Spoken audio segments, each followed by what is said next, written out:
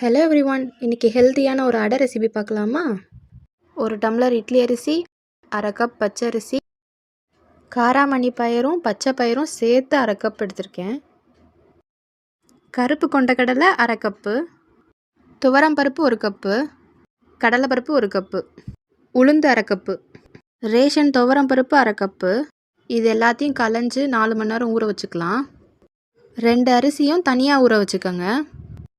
இப்போ ரெண்டையும் தனித்தனியாக ஊற வச்சாச்சு. அரிசியில் 6-7 காஞ்ச மிளகாவையும் சேர்த்து ஊற வச்சுக்கோங்க. ஒரு சின்ன பீஸ் கெட்டி பெருங்காயத்தை ஊற வச்சுக்கிறேன். இப்போ 4 மணி நேரம் ஆச்சு. ஊற வச்ச அரிசியும் காஞ்ச மிளகாவையும் ஒன்றா சேர்த்து அரைச்சி எடுத்துக்கலாம். இப்போ ஊற வச்ச கெட்டி பெருங்காயத்தையும் சேர்த்துக்கலாம். உங்களுக்கு தேவைன்னா தூள் பெருங்காயம் போட்டுக்கோங்க. இப்போ இது எல்லாத்தையும் நல்லா மையாக அரைச்சி எடுத்தாச்சு. அடுத்து நம்ம ஊற வச்ச பருப்பு எல்லாத்தையும் கொரகொரப்பாக அரைச்சி எடுத்துக்கலாம். பருப்பு எல்லாத்தையும் 2 பேட்சாக அரைச்சி எடுத்தாச்சு. கொரகொரப்பாக அரைச்ச பருப்பு எல்லாத்தையும் ஆல்ரெடி அரைச்சி வச்ச அரிசியோடு சேர்த்துக்கலாம். இப்போ அடைக்கு தேவையான உப்பு போட்டுட்டு கலந்துக்கலாம், நல்லா மிக்ஸ் பண்ணிக்கலாம்.